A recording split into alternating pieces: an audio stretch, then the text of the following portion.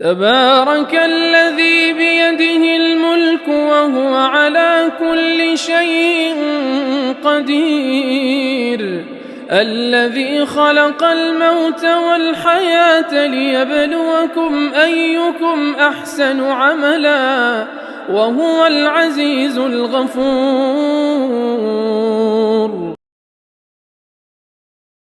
السلام علیکم.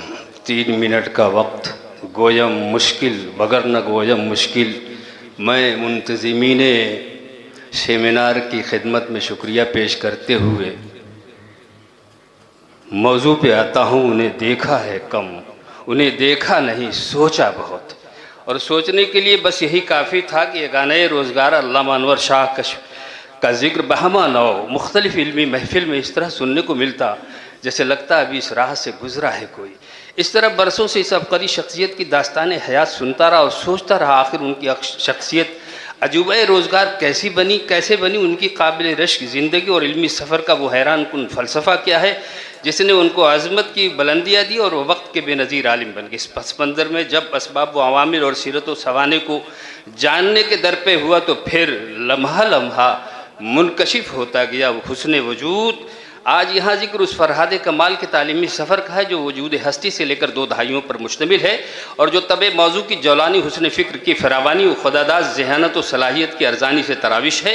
انسانی طبیعت پر ماحول و گرد و پیش اور آب و ہوا کا اثر ضرور پڑتا ہے. حسن اتفاق سے شاہ صاحب نے جس ماحول میں آنکھیں کھولی وہ پاکیزگی میں سہروردی نسبت سے بافیض تھا. وادی لولاب کی جس آب و ہوا میں آپ کی نشو و نما ہوئی وہ فطری حسن دل آویز سے اس قدر مالا مال تھی کہ اس کی کما حق و تصویر کشی ممکن نہیں. اور گھر کی جس چہار دیواری میں آپ کی تربیت ہوئی اور بسم اللہ کا آغاز وہ اپنے آپ میں خود قابل رشک تھا.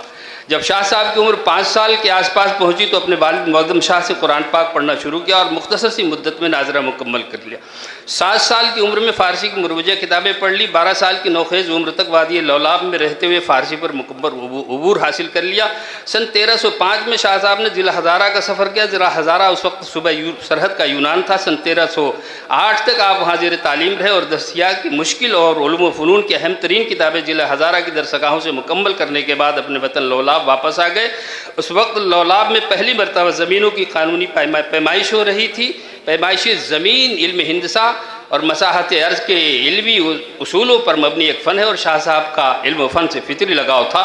اس لیے پیمائش عرض کا فن بھی آپ کی دلچسپی کا باعث بن گیا اور سب کچھ بھول کر اسی میں لگ گئے اور پھر صحرائے جستجو سے نہ آگے بڑھے قدم.